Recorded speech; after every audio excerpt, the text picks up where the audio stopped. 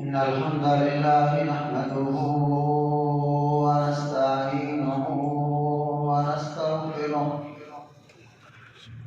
ونعوذ بالله من شرور أنفسنا ومن سيئات أعمالنا من يهده الله فلا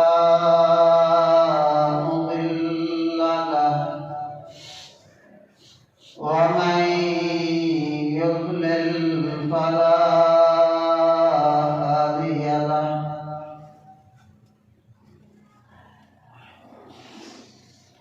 وأشهد أن لا إله إلا الله وأشهد أن محمدا عبده ورسوله أما بعد فإن خير الحديث كتاب الله وخير الهدي هدي محمد صلى الله عليه وسلم وشر الأمور محدثاتها وكل محدثة بدعة وكل بدعة ضلالة وكل ضلالة في النار. يا أيها الذين آمنوا اتقوا الله حق تقاته ولا تموتن إلا وأنتم مسلمون. يا أيها الناس اتقوا ربكم الذي خلقكم من نفس واحدة وخلق منها زوجها وبث منهما رجالا كثيرا ونساء واتقوا الله الذي تساءلون به والأرحام إن الله كان عليكم رقيبا.